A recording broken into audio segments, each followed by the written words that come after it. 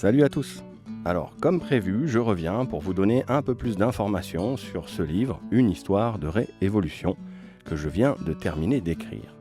Plus exactement, c'est l'énorme travail de relecture, correction, réécriture, retriturage que je viens de terminer, parce qu'il me faut un petit peu plus que 21 jours de prison pour écrire un livre.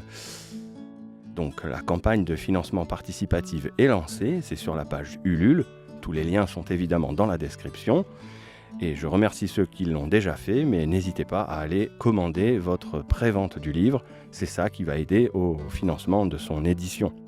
Du coup, j'ai quelques informations à vous donner, et cette vidéo peut en fait simplement s'écouter comme un podcast, pas obligé de se taper ma tronche là. À la limite, moi j'ai toujours préféré ce côté-là.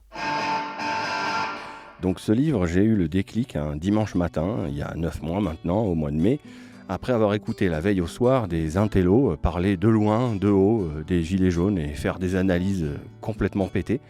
Et en fait, ça m'a un peu vénère. Et du coup, je me suis dit, il faut participer à ça et il faut en parler, mais de l'intérieur. Après avoir vécu tout ce que j'ai vécu, témoigner de ce que j'ai pu voir, faire, entendre, entreprendre, etc.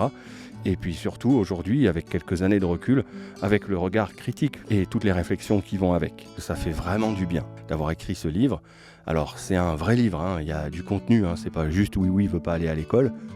En fait, je commence le récit à partir du moment, juste avant le démarrage des Gilets jaunes, au moment où moi, j'ai eu cette envie de révolte, comme des milliers d'autres. Et je sais d'ailleurs très bien qu'au travers de mon histoire, c'est justement celle de milliers d'autres que je raconte.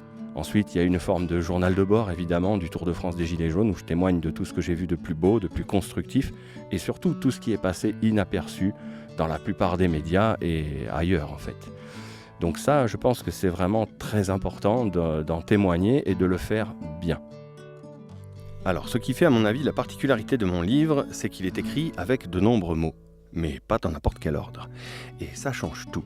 De la même façon qu'il faut mettre de l'ordre dans ses idées. Et c'est ce que je développe dans la grande deuxième partie, c'est que je pense que dans toute décision collective, il est très important de maîtriser au moins certains des outils de l'esprit critique. Donc ça, je le développe, je l'argumente. Et puis ensuite, ça m'amène vers la troisième grande partie, qui est celle tournée vers l'avenir, vers des propositions d'idées, de solutions, pour essayer de sortir de ce bourbier, pour bien comprendre la démocratie, pour éviter certains pièges, et avancer, quoi. Finalement, aller par là-bas, c'est mieux par là-bas. Voilà. Donc c'est un livre finalement qui est super, il faut le lire. Alors merci à ceux qui vont continuer d'aller commander leur prévente du livre. Je précise qu'une version en livre audio sera aussi disponible et est disponible en prévente aussi, en précommande sur la page Ulule. Maintenant, la prochaine vidéo, je pense que ça serait sympa de vous redonner un autre extrait que je vais vous lire, un peu plus posé, un peu plus long que le précédent. Partagez la vidéo, partagez les liens. Je vous remercie de votre soutien et je vous dis à très vite.